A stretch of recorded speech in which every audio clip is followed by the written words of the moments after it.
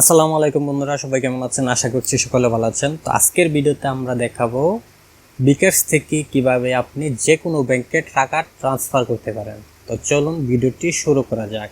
তো আমরা বিকাশ অ্যাপসে চলে আসছি এবং বিকাশ অ্যাপসে চলে আসার পর এখান থেকে ব্যাংক টু বিকাশে ক্লিক করে দেবেন। আপনারা যেহেতু টাকা ট্রান্সফার করবেন, তো আমি দেখিয়ে দিচ্ছি। ব্যাংক টু বিকাশে ক্লিক করে দিলাম।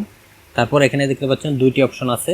এখান থেকে একটা আছে ব্যাংক অ্যাকাউন্ট, আর এক নিচেরটা আছে ভিসা ডেবিট কার্ড। তো আপনারা, আমি যেহেতু ব্যাংক অ্যাকাউন্ট দিয়ে দেখাবো, আমি ব্যাংক অ্যাকাউন্টে ক্লিক করে দিচ্ছি।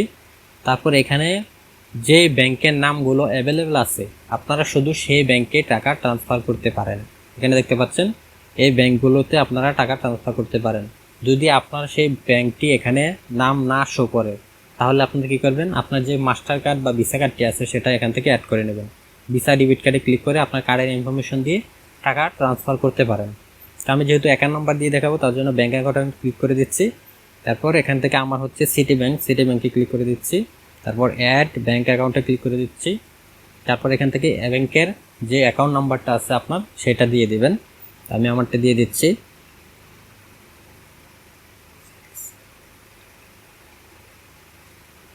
আমি আমার অ্যাকাউন্ট নাম্বারটি দিয়ে দিচ্ছি। তারপর প্রসেসে ক্লিক করে দেব। তারপর আপনার এই ব্যাংকের অ্যাকাউন্টে যে নাম আছে হুবহু সেই নামটাই এখানে টাইপ করে দিবেন। তো আমি আমারটা টাইপ করে দিচ্ছি। তারপর এখানে আপনার বিকাশের পিন নাম্বারটা দিবেন। তো আমি আমার পিন নাম্বারটা দিয়ে দিচ্ছি। তারপর এখানে কনফার্ম প্লেনে ক্লিক করে দিবেন। দেখতে পাচ্ছেন bank account has been added. এখন আপনারা কী করবেন, এখান থেকে ব্যাক টু হোমে চলে যাবেন। আবারও এখানে ব্যাক টু বিকাশ টু ব্যাংকে ক্লিক করবেন, অ্যাকাউন্ট নাম্বারে ক্লিক করবেন। এবার দেখতে পাচ্ছেন উপরে একটা ব্যাংকের অ্যাকাউন্ট নাম্বার কিন্তু আপনার সেভ হয়ে গেল। সিটি ব্যাংকে দেখতে পাচ্ছেন সেভড ব্যাংক। তো এখন এখানে ক্লিক করে দিচ্ছি। তারপর এখান থেকে অ্যাকাউন্ট নাম্বারে ক্লিক করে দেবেন। তারপর কয় টাকা পাঠাবেন,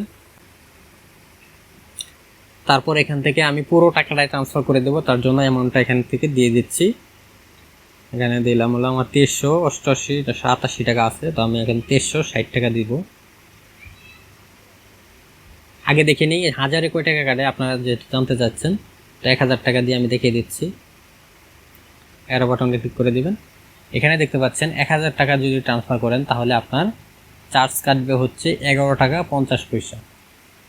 তো এটা আপনার দেখে দিলাম হাজারে কয় টাকা চার্জ কাটে ব্যাংকে টাকা ট্রান্সফার করলে। যদি ব্যাংক থেকে বিকাশ অ্যাকাউন্টে আনেন 1 টাকাও কাটবে না, কিন্তু পাঠাতে গেলে চার্জটা কাটবে। তো আমি এখান থেকে পুরো টাকাটাই সিলেক্ট করে দিচ্ছি, 2360 টাকা। অ্যারো বাটনে ক্লিক করে দিচ্ছি।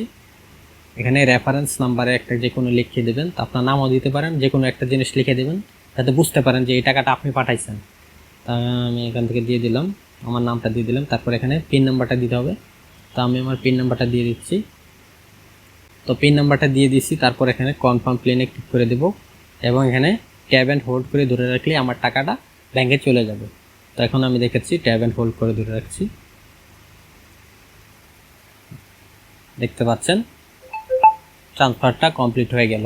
তো আশা করছি বুঝতে পারছেন। আমার এখান থেকে 2360 টাকা আমি পাঠিয়েছি এবং এখান থেকে চার্জ কাটছে হচ্ছে 27 টাকা 14 পয়সা।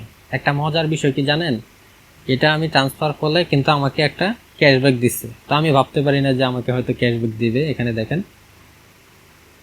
এই দেখেন 2360 টাকা আমি পাঠাইছি, আমাকে ক্যাশব্যাক দিচ্ছে কত, 15 টাকা দিচ্ছে। তো এটা কিন্তু একটা ম্যাজিক হয়ে গেল ভাবতে পারেন। আশা করছি বুঝতে পারছেন। আজকের মতো এখানে, সবাই ভালো থাকবেন।